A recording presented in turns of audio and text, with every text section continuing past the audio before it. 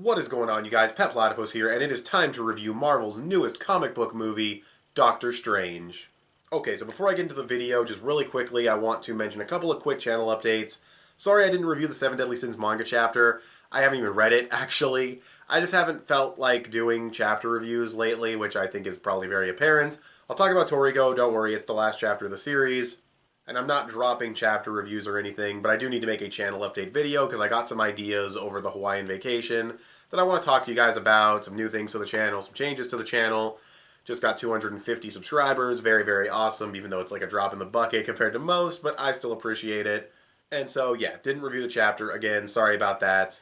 And the second thing I want to mention is I know Young Justice Season 3 is happening. I'm very, very excited. You guys have been telling me. I found out on, I think, like IGN or some kind of social media, or someone mentioned it. I already saw it, and then saw some of you guys mentioning it, and yes, very excited Young Justice Season 3 is happening. But according to the fanboys, I am committing blasphemy by mentioning DC in a Marvel video, so let's set DC aside and move back to Doctor Strange.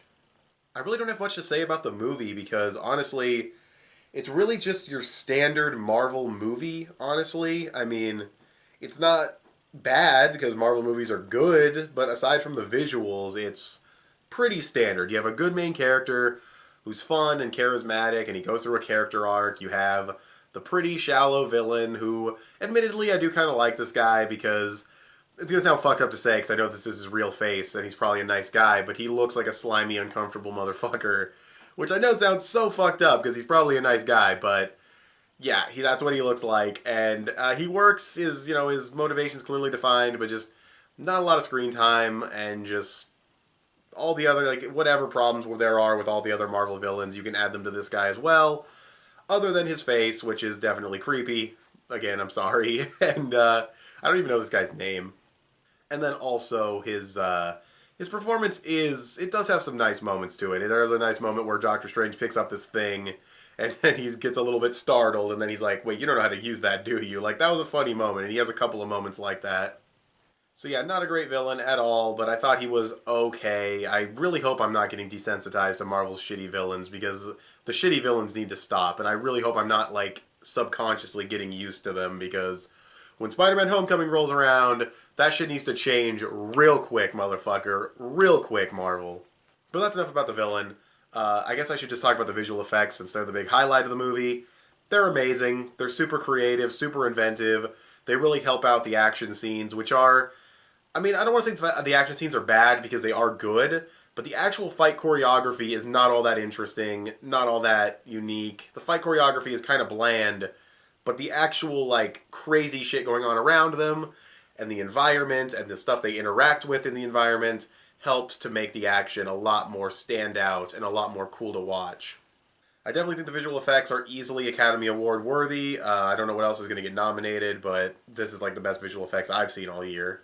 The story is okay, and the characters are good. I think that Doctor Strange himself is well developed, as well as the Ancient One having some really good characterization. Not too sure how I feel about what they're doing with Mordo, or whatever his name is, the black dude. That was, like, I get it, but it feels fast at the same time. So, yeah, I'm trying not to spoil anything, but they do some things with him that I think are kind of weird. And that's pretty much the characters, honestly, other than the villain who I already talked about. But yeah, the story, it's okay. Villain has his plan, it's nothing phenomenal. It really is, like, other than the visuals, it really is sort of a standard Marvel movie, which is good. I'm not saying this is mediocre or bad or anything. Marvel makes really good movies, but this felt standard. And coming off of Civil War, which was not a standard Marvel movie by any means, I think I wanted a little bit more from Phase 3. I wanted Phase 3 to really start to break the mold in terms of Marvel movies. But it was a good origin movie with really, really fantastic visual effects, and there's nothing else to talk about really as far as the movie goes, so I'm going to give it a solid 8.5 out of 10, or an 8 out of 10 I should say. Not an 8.5, an 8 out of 10. I don't know why I even... whatever. 8 out of 10, final score. That is my final answer. And now I want to talk about spoilers a little bit. So, if you haven't seen the movie, only like 3 things to talk about really. They're not even that big of a deal, but still watch at your own risk or click off the video. You got the rating. Thank you for watching. Subscribe if you like to see more. Follow me on the social medias and thumbs ups and all that stuff. Okay, so spoilers. The Eye of Agamotto being the fucking time gem. I feel like such an idiot for not realizing that. It's so fucking obvious, and yeah, I didn't even think about it until they said it was an Infinity Stone, and yeah, I feel stupid, but that was really cool. It's a good way to tie it in. So yeah, Eye of Agamotto, rest in peace when we get to Infinity War, because you know that stone's going to get pulled out. Rest in peace, Vision, for that matter, when that eventually has to happen, because he has the Mind Gem. But yeah, that's getting ahead of ourselves. The other two quick spoilers to mention are the after credit scenes.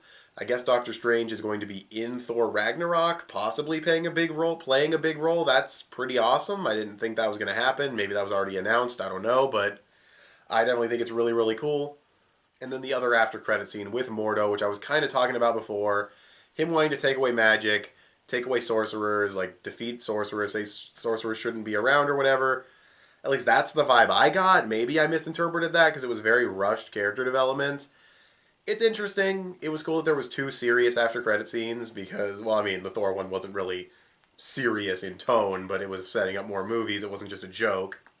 So yeah, two cool after credit scenes, but yeah, definitely think the development on Mordo could be fleshed out a lot better. But who knows? We'll wait and see. But that's all I have to say. So I'm gonna stick to that 8 out of 10. I almost said 8.5 again. I don't. Do I use 8.5 a lot? I must use 8.5 a lot. I probably do. Anyways, 8 out of 10. Thank you guys for watching this video. What do you guys think of Doctor Strange? You can go ahead and tell me in the comments section below. You can also follow me on Instagram or add me on PSN. I'm petplatypus on both. You can also give this video a thumbs up and share it on social media. Both those would help me out a lot. Subscribe if you haven't already. If you like what you see in here, I want to thank you guys for watching, and I'll talk to you guys later. Bye.